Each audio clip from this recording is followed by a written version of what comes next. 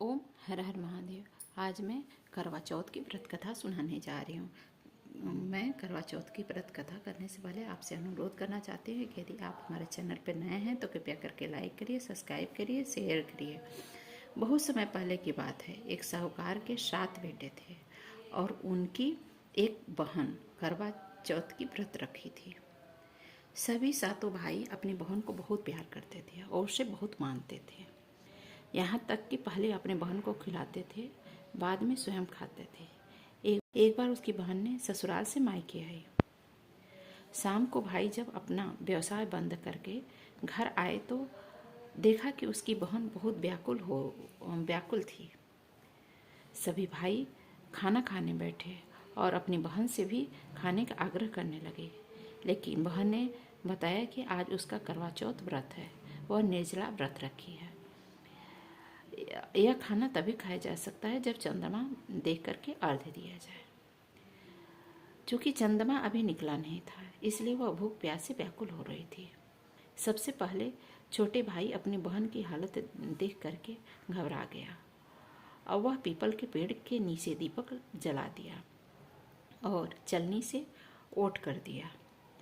दूर से देख करके ऐसा प्रतीत हो रहा था जैसे कि चतुर्थी का चांद निकल गया है। इसके बाद भाई अपनी बहन को बताता है कि चांद निकल आया है, तुम अर्घ्य दे करके भोजन कर सकती हो। बहन खुशी के मारे सीढ़ियों पर चढ़ करके चांद देखती और अर्घ्य दे करके खाना खाने बैठ जाती। वह पहला टुकड़ा मुंह में डालती तो उसे छींक आ जाती है। दूसरा टुकड़ा डालती है, उसमें बाल निकल आता है। जैसे ही तीसरा टुकड़ा मुंह में डालने की कोशिश करती है, उसके पति की मृत्यु का समाचार मिल जाता है। वह बौखला जाती है। उसकी भाभी उसे सच्चाई से अवगत कराती है कि उसके साथ ऐसा क्यों हुआ है। करवा चौथ का व्रत है, गलत तरीके से टूटने के कारण हुआ है। देवता तुमसे नाराज हुए हैं। उन्होंने ऐसा किया कि सच्चाई जानने के बाद करवा चौथ व्रत रखने की निश्चय किया। वह अपने पति के अंतिम संस्कार नहीं होने दिया और सात्विक से वह पुनर्जीवन दिलाने के लिए एक पूरे साल का वेट किया।